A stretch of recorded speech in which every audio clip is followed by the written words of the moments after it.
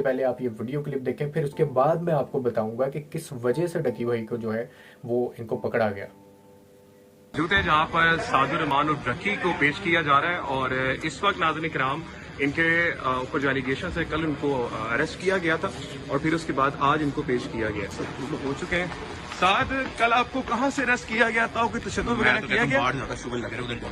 अच्छी वहाँ पे आपकी बनेगी। आप ऐसे बताएं, कुछ तशद्दुद तो नहीं है वहाँ पे? बात हो रही है। मुझे ये बताइएगा कि जो गैम्बलिंग का इल्जाम लगा है, आप एक इन्फ्लुएंसर हैं, आपके बड़ी जिम्मेदारियां हैं, तो आपको लगता है कि इस वक्त आपको थोड़ी मेच्योरिटी का इजहार करना चाहिए भाई? जी साहब, बस इस वक्त साथ को आप देख सकते हैं जिनको इस वक्त अरेस्ट किया गया था और अब इनको पेश किया जा रहा है। ये आपके सामने नाज़रीन किराम साहब को गैम्बलिंग का दरअसल इल्जाम था इनके ऊपर। अस्सलाम वालेकुम नाज़रीन, आई होप कि आप सब ठीक होंगे, खैरियत से होंगे। ले जी, एक दफ़ा फिर डकी भाई को गिरफ्तार कर लिया गया। आप लोग क्या सोचते होंगे कि यूट्यूब, फेसबुक या तमाम जितने भी सोशली प्लेटफॉर्म हैं, क्या उनके पास इतना पैसा आया हुआ है कि वो ऐसे बांटते फिर रहे हैं? या आपको ये लगता है कि ये पैसा जो है यूट्यूब या फेसबुक से कमाया जाता है? जितने बड़े बड़े ये घर ले रहे हैं, 10-10, 12-12 करोड़ के ये घर जो हैं ये महीनों के बाद ले रहे हैं, BMW जैसी गाड़ियाँ जो हैं, वो आपको क्या लगता है कि वो ऐसी आ जाती हैं या उनके पीछे सिर्फ यूट्यूब है जिससे ये पैसा अर्न करते हैं? तो जानिए इस वीडियो में असल वजह क्या है। कहीं ना कहीं जब इंसान बहुत ज़्यादा वायरल हो रहा होता है ना, जब वो शोहरत पा रहा होता है, उसके पास इतना पैसा आ जाता है, तो इतना पैसा कभी भी एक प्लेटफॉर्म से नहीं कमाया जा सकता। ये इसके साथ ही साथ कोई ऐसा पंगा भी लेते हैं, कुछ साइड बिजनेस इनके चल रहे होते हैं जिसकी वजह से इनके पास इतनी ये आमदन आ रही होती है ताकि ये अपना एक लाइफस्टाइल जो है उसको अच्छा, बेहतर से बेहतर बना सकें और लोगों को धोखे दे सकें। और ये एयरपोर्ट पे यूं ही इसका पकड़े जाना ये कोई आम सी बात नहीं है। इसका मतलब कि वहाँ पर ज़रूर इनका ऑलरेडी कोई नाम जो है वो किसी लिस्ट में आया हुआ था। कहा यह जा रहा है कि NAIL जो है एक इदारा है जिसमें डकी भाई का भी नाम शामिल था। ये फ्रॉड, आपको पता होगा कि ये रजब भट्ट और नदीम नानी वाला और इसके अलावा डकी भाई इन्होंने एक कोर्स लॉन्च किया था जिसके ऊपर इन्होंने 5000 फीस रखी थी उसकी, और ये इस तरह से लोगों से इन्होंने करोड़ों रुपया इकट्ठा किया।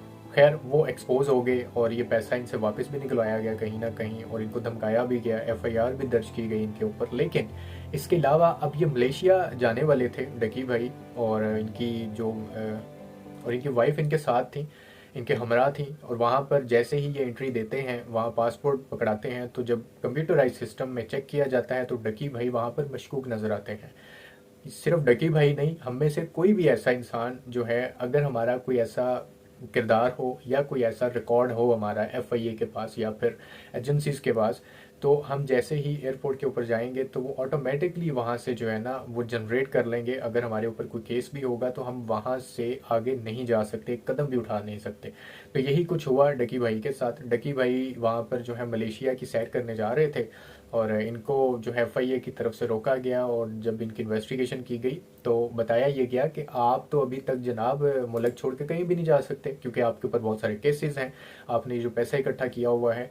अब कुछ लोग ये कह रहे हैं कि डकी भाई ने इसलिए ये पकड़े गए हैं क्योंकि इन्होंने 12 करोड़ रुपए का घर लिया था पहले और वो FBR जो है वो इनके पीछे भी लगे हुए थे, टैक्स नहीं पे किया।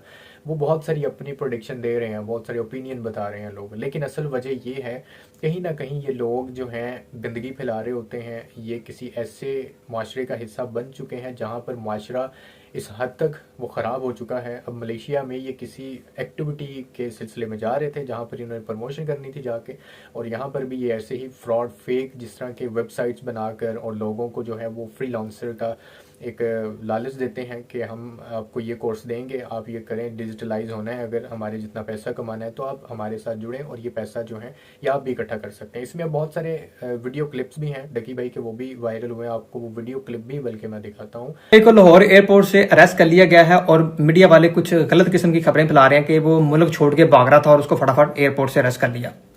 पहली बात तो ये जो आपको पता होगा कि 9 मई के बाद जो है ना ये एक रूटीन बन गई है लोगों को घरों से उठा लेना बिला किसी FIR के, बिला किसी चीज़ के उसको उठा लेना और अपनी मनमानी करनी और अपनी मनमानी के वीडियो लेके उनको सोशल मीडिया पे इस तरह जलील करने की कोशिश करना कि जी सॉफ्टवेयर अपडेट।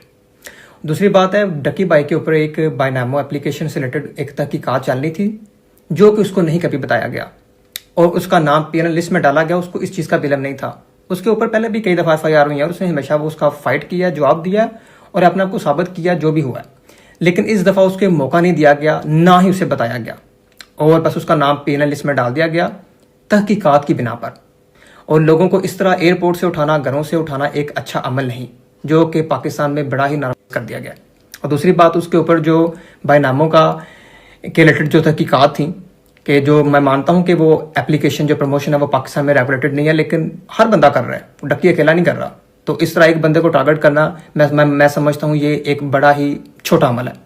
और दूसरा, डक्की पाकिस्तान छोड़ के भाग नहीं रहा था, वो मलेशिया जा रहा था अपनी वाइफ के साथ, क्योंकि वहां एक इवेंट था जहां उसको बुलाया गया था। वो 2 दिन के लिए मलेशिया जा रहा था।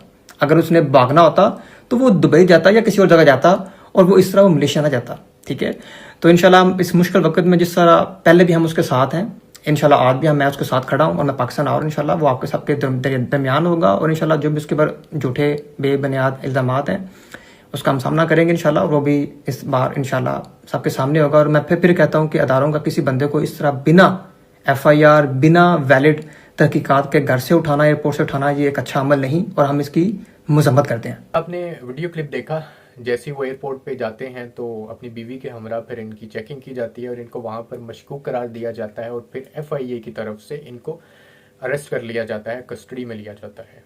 और फिर उसके बाद जब ये लॉयर जो है उसके थ्रू अपना केस आगे बढ़ाते हैं, लॉयर अपना वो हायर करते हैं, तो उनके साथ भी एक वीडियो क्लिप वायरल हुआ वो ले जी। लेकिन अभी तक एक बात समझ में नहीं आती, ये लोग अगर पकड़े भी जाते हैं, इन पे केसेस होते हैं, इनमें मुकदमात दर्ज किए जाते हैं, लेकिन इनकी अकड़ नहीं जाती, फिर भी विक्ट्री का निशान इस तरह से बना के ये निकलते हैं जैसे बहुत अच्छा काम किया इन्होंने, जैसे ये हलाल तरीके से पैसा कमा रहे हैं, और जैसे इन्होंने जो है ना वो बड़ा मार्का मार लिया है करोड़ों रुपए इकट्ठा करके। वो भी करोड़ों रुपया किसका है, वो अवाम का इकट्ठा किया हुआ है, लोगों को धोखे देकर, प्रमोशंस कर कर, गलत एक्टिविटी में जो है इन्वॉल्व होकर, लोगों को फंसा कर उनसे पैसे लिए जाते हैं।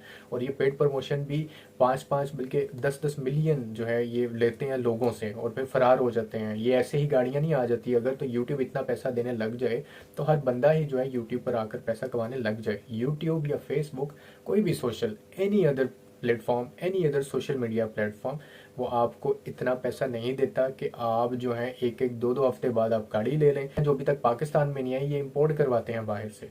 तो ये पैसा कहीं ना कहीं ये गलत तरीके से भी कमा रहे होते हैं, इनके बड़े साइड बिजनेस होते हैं।